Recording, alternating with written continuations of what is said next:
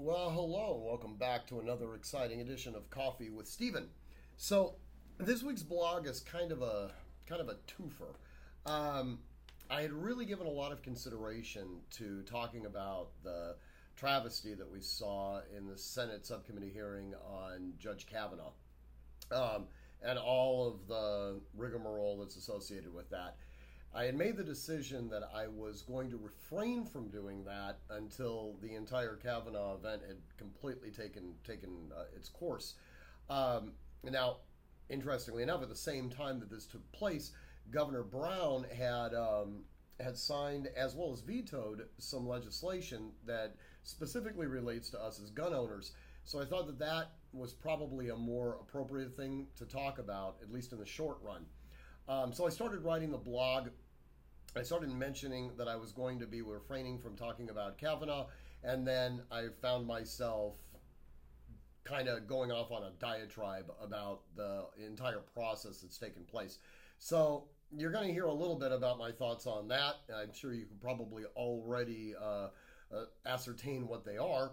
And then I also talk about some of the legislation, actually very specifically SB 1100. SB 1100 is the legislation that Governor Brown signed that prohibits anyone that's under 21 years of age from purchasing a firearm. Now, as state law currently holds, you can't purchase a handgun until you're 21 years of age.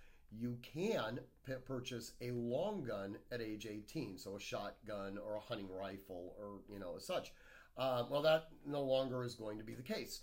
As far as I'm concerned, that is patently unconstitutional.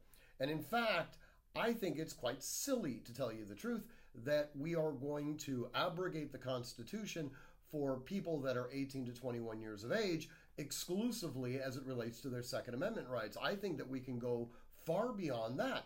I think we should also potentially abrogate the Constitution when it comes to their Fourth Amendment rights, when it comes to their First Amendment rights, when it comes to their Sixth Amendment rights. Why we're arbitrarily limiting ourselves to the first makes no sense to me at all. After all, the amount of crime that is committed by 18 to 21-year-olds is a large amount. And in fact, most of the violent crime that, especially as it relates to property crime that's related to violence, comes from this small subset of our population.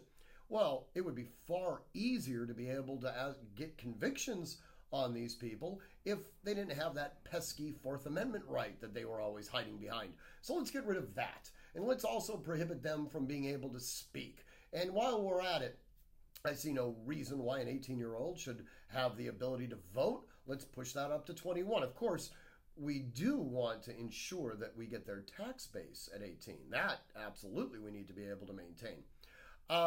As you can see, this is extremely problematic and candidly, I think probably unconstitutional.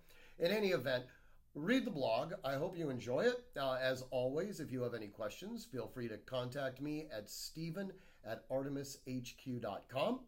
And as always, train constantly, train consistently, train repetitively, and train with purpose. And above all else, stay safe. Until next week, thank you for joining me for coffee.